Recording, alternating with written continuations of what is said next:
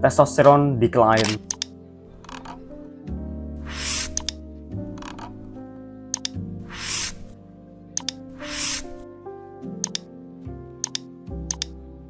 Kalian bisa lihat sendiri seberapa maskulin anak-anak muda zaman dulu. Mereka punya masa otot yang bisa dibilang cukup gede, dan gue yakin stamina energi mereka tuh lebih banyak dibandingin zaman sekarang gitu. Jadi menurut data yang gue dapatkan, total testosteron dari tahun 1999 sampai 2000 itu sekitaran 605,39 nanogram per desiliter. 2003 sampai 2004 567,44 nanogram per desiliter. 2011 sampai 2012 424 nanogram per desiliter. 2013-2014 431 nanogram per desiliter. Jadi bisa bandingin ya, setiap tahun itu testosteron kita turun. Jadi ada yang namanya spermageddon. Kalau kalian nonton video gamal mungkin kalian tahu.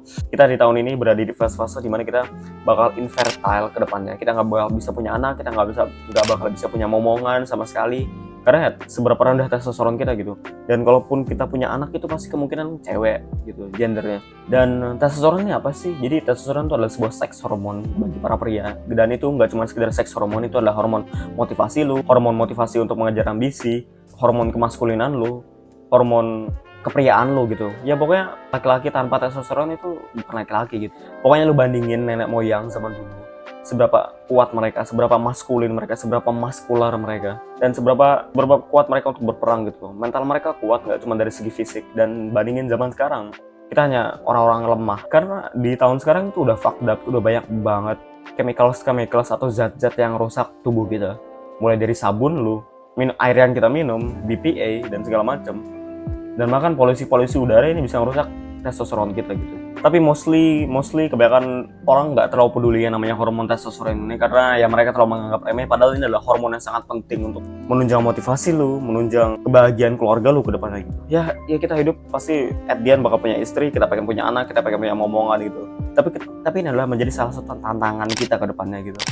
Karena testosteron kita tuh udah menurun demi tahun demi tahun. Dan gue nggak tahu ke depannya di tahun 2025-2030 testosteron tuh udah berapa desiliter. Dan kalau testosteron kita udah habis, kita nggak bakal bisa punya momongan, kita nggak bakal punya motivasi untuk melakukan sesuatu gitu.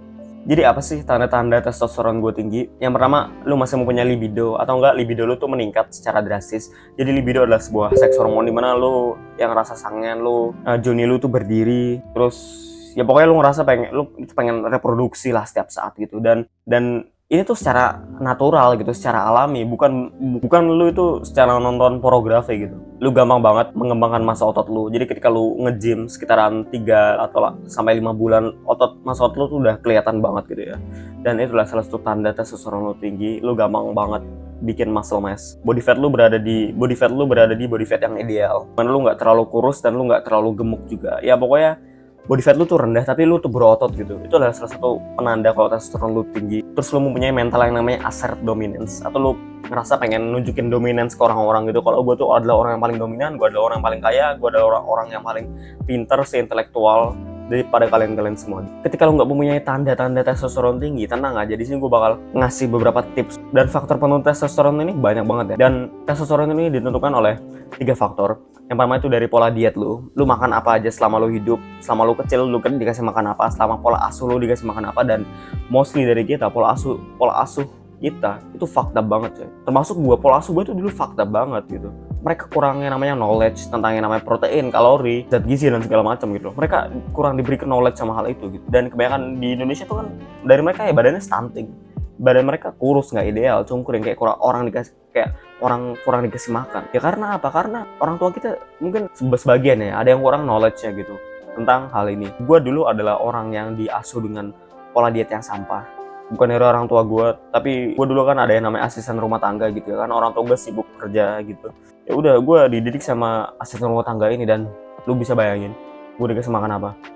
Gue dikasih makan Indomie tiap hari gitu. Gue nggak dikasih protein, gue dikasih telur, ayam. Dan seberapa fucked up-nya itu gue dulu coy. Gue dulu kurus cungkring kayak orang gak dikasih makan.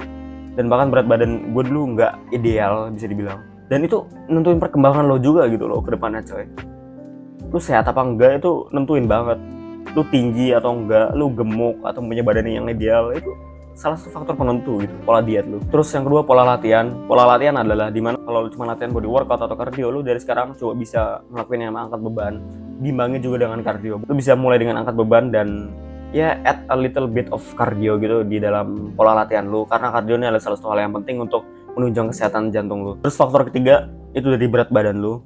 Itu faktor ketiga dari berat badan dan body fat lu. Ketika lu badan lu obes, gendut, dan body fat lu tuh di atas 20-an atau 15% gitu, ya pokoknya nggak normal aja sih, nggak wajar aja sih gendutnya. Lemak di leher tuh numpuk sampai jauh lain lu tuh, itu adalah salah satu hal yang nggak wajar gitu. Itu adalah pertanda testosteron lu itu rendah.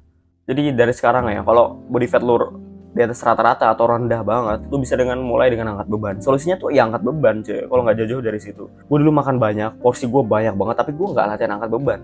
Guess what? Ya udah, BB gue masih ngestak di situ-situ aja, gue nggak berkembang coy. Tapi ketika gue ngangkat beban, BB gue tuh naik, dan gue mempunyai badan yang ideal, estetik, dan tentunya ya testosteron gue tuh sehat juga gitu. Dan dengan lu mempunyai testosteron yang sehat, lu punya motivasi yang lebih, lu punya ambisi, lu mempunyai ambisi yang sangat kuat untuk mengejar goals lu gitu. Kebanyakan orang yang malas, yang mageran, itu testosteronnya rendah. Ya kerjanya cuman leha-leha di kasur. Mereka nggak punya ambisi, mereka nggak punya tujuan, mereka nggak punya life goals yang pengen mereka capai untuk nge-assert dominance mereka. Terus apa sih yang menyebabkan testosteron gue rendah? Yang pertama, nikotin. Yes, lu gak usah denial. Nikotin adalah salah satu zat terbesar perusak hormon testosteron lu. Dan scientific udah banyak banget ya yang ngebuktiin kalau nikotin itu dapat menghambat fertilitas kita gitu. Dan ya mau sekuat apapun gue ngejelasin ini ke lu, kalau lu punya addiction ngepot atau ngerokok, lu pasti bakal tetap ngelakuin, lu pasti tetap don't give a fuck gitu loh. Lu nggak bakal takut, lu nggak bakal ketar-ketir kalau gue ngejelasin, lu bakal mandul lo ke depannya. Lu nggak bakal don't give a shit. Tapi ketika lu udah mandul, dan lu baru give a shit gitu loh. Ketika lu nggak punya omongan, lu bakal give a fuck sama diri lu sendiri. Jadi kebanyakan dari orang tuh telat ya ketika mereka nyadari kalau mereka tuh ngelakuin suatu hal yang salah. Kebanyakan dari lu bakal berhenti masturbasi ketika lu udah ngalamin yang namanya penyakit prostat. Ketika lu ngalamin yang namanya penyakit testis, lu gak bakal sadar dari sekarang. Jadi mulai dari sekarang, sebelum lu nyesel, lu prediksi 2-3 tahun ke depan, lu bakal gimana, lu bakal jadi orang yang kayak gimana. Kalau lu pengen jadi orang yang sehat, lu pengen jadi orang yang maskulin, lu pengen punya momongan, ya otomatis masa muda lu, habits lu harus bener-bener perhatiin gitu.